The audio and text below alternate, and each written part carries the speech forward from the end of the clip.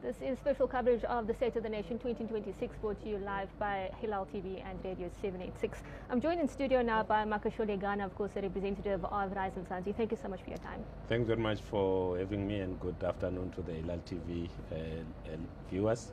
Thank you so much for your time. I just want to look then at where Rise Mzansi sees itself now in the political landscape in South Africa. I've seen there's been the establishment of Unite for Change, for an example. How are those things going?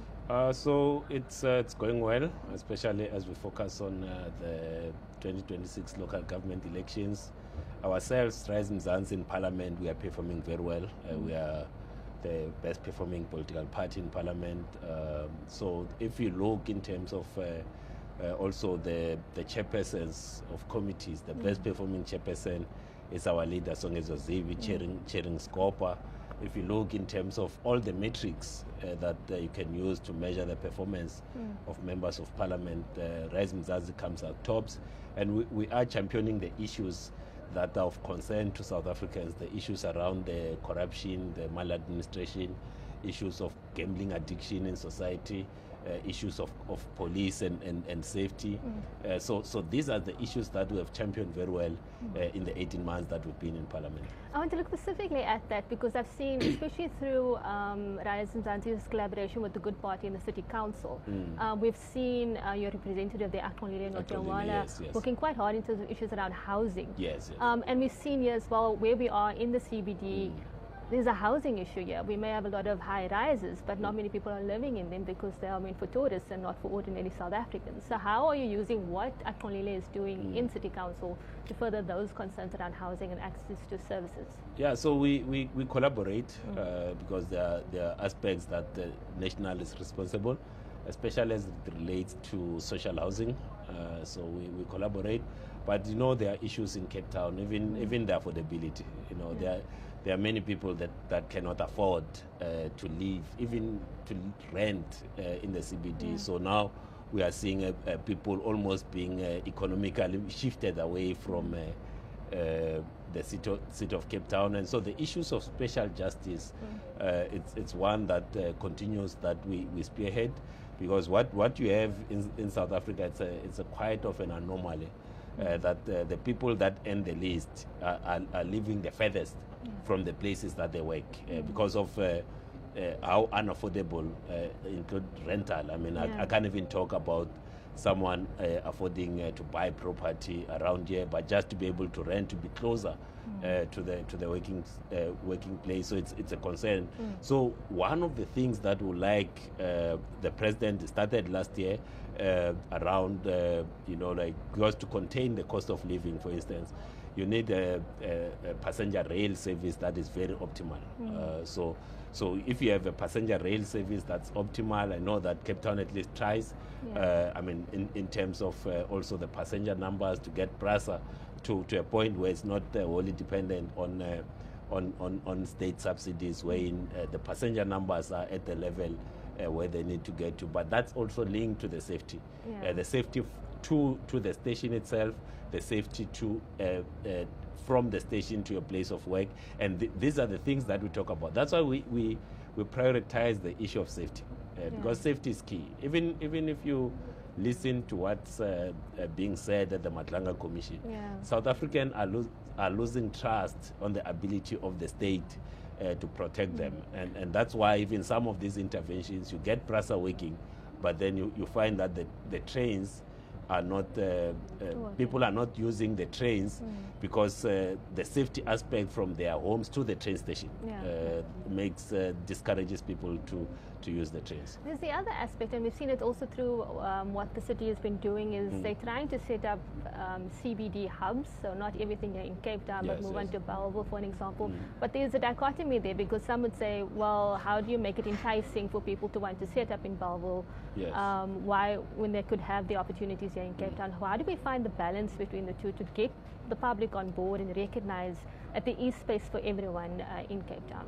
So in terms of trying to get people, it's also, it needs to be attractive to anyone who then goes and set up whether it's an office or a factory. outside of the CBD itself, where there's foot traffic, because the other thing that you look at, it's the availability of traffic for people. If you are setting up a shop, or you are setting up office park, it's how easily accessible it is. And if you were to look, for instance, you'll find that because the current design, town planning was geared towards Cape Town, and then you find that these different nodes are not very accessible, or maybe not affordable enough. I want to come now to the State of the Nation address itself, and there's a lot on President Cyril Ramaphosa. We've come out of a very tough year. We're dealing with issues with the United States, for an example, which I think has made a major knock on us, and also our principled stance on issues around Palestine and the genocide. So when we look at those kinds of things, what do we expect from our president, considering how our economy has been affected by those principled stances? So from ourselves, we expect the president obviously to reflect insofar as South Africa's relations with the US, now that the commitments that were made even in the G20 last year cannot be argued forward, because South Africa is not around the table.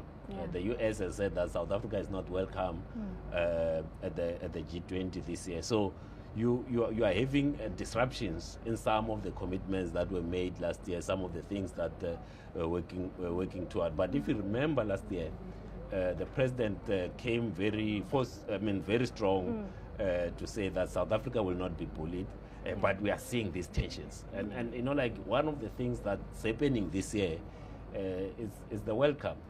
Bafana Bafana is qualified for the World Cup. The World Cup is being hosted in the US, Canada, and Mexico. I don't have a problem with. There won't be issues in terms of Canada and Mexico, but there will be issues with the US, and we don't want the situations where the fans, South Africans who want to go and support the national team, they are unable to do so as a result of these ongoing tensions between Pretoria and Washington. Let's come back to local government elections, because that is the year that we are in at the moment. How do you see local politics playing out? We've seen a lot of coalitions being set up. Johannesburg has been crippled by it almost. We've seen similar issues in some Eastern Cape municipalities as well. How can we move forward? Because we already see how the groupings are being set up, like the United for Change grouping. Is that where our politics is going now? Yeah, that's where our politics is going. What is important is to get the kind of people, the kind of leaders that think just beyond themselves. You know, yes, we'll compete, but we must compete to cooperate.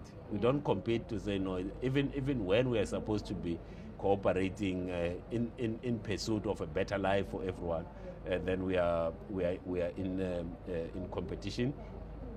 So that the management of coalition rests on the leadership, but also the people that gets elected. And we need to realize as South Africa that democracy itself, it's self-government. We need to send the best people to govern. And when you have a situation, it's an anomaly in South Africa, in that the people that could potentially be governing are not raising their hands to be governed, and many municipalities end up being governed by the worst in society rather than the best in society. But the concept of democracy itself was to say that let's get the best amongst ourselves. Because if you think, for instance, you think of a city council, whether it's Cape Town, it's Johannesburg, it's like the council is like the board of the company. And now if you take Cape Town, it's an organization of over 65 billion. Johannesburg, it's an organization of over 80 billion rand turnover in a year. What kind of people you'll want to serve there? Because they are saving up, they are looking after your own interests. So these are the things that local government has to feature in the State of the Nation, because we have a lot of municipalities that are dysfunctional. And as you head to the election, the contestation for positions even makes the situation even worse for those municipalities. But that competition is also driven by an issue around funding. Because if you have the funding, you can stand up and put your hand up. But that also means you're being influenced by your funders. And that has been another issue that South Africa has been dealing with now. How do we level the playing field? Because, as you said, people who want to work may not have the funding. They may have the support, but they don't have the funding. And that, I think, is also affecting our democracy. It is in a way, and one of the things that we need to normalize, and I've said this when people were arguing that no, must just have one election and we must not have by-elections and the likes. I was like, what you need to normalize, it's ordinary South Africans giving to political parties. Because at the moment, you have a situation wherein the perception around political parties is that themselves generate money, and we don't generate money. We depend on funding. If we get South Africans, like in other parts of the world where ordinary people regularly donate to political parties, that's how we create a level political field. But if the ordinary South Africans, the real owners of democracy, don't want to then be able to fund the democracy, then you might have a few interest groups that then take it upon themselves to fund democracy. Is our leadership as it stands now able to address those kinds of things? And do you think it will come through in the State of the Nation address this evening? There will be aspects that will come through. There are areas, like I'm not one that will stand and say, no, there's nothing going right in South Africa. There are things that are going right. We have in 2025, we didn't experience load shedding. Yes, there are municipalities that are experiencing load reduction, but we can accept that load shedding was not a feature of 2025. We are seeing some encouraging numbers coming out of the tourism sector now that the numbers have recovered to the pre-2019 levels. There are encouraging numbers coming from the Airports Company of South Africa in terms of the passenger numbers.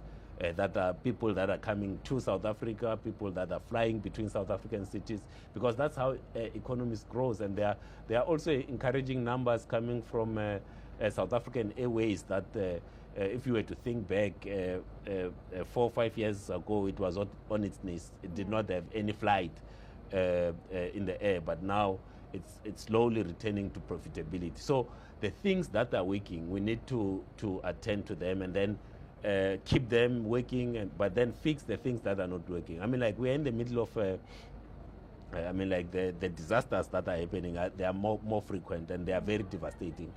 We had Limpopo affected by the floods, Mpumalanga affected by the floods, KZN affected by the floods. So even the planning, now you can no longer plan to say these things are not going to happen in the next 25 years. They are happening a lot more frequently than they used to. So the issues of climate change, the issues of water, the issues of local government, the safety of South Africans, the issues around Transnet, PRASA, and I would like to hear, for myself, the campaign that I've been running around the gambling reforms. I would like the president to reflect, because that will show that the president is in touch with the daily concerns of South Africans. Makashule Gana, thank you so much for your time. He is a member of Rise of Mzansi, and this has been Hilaal TV and Radio 786 collaboration for the State of the Nation 2026.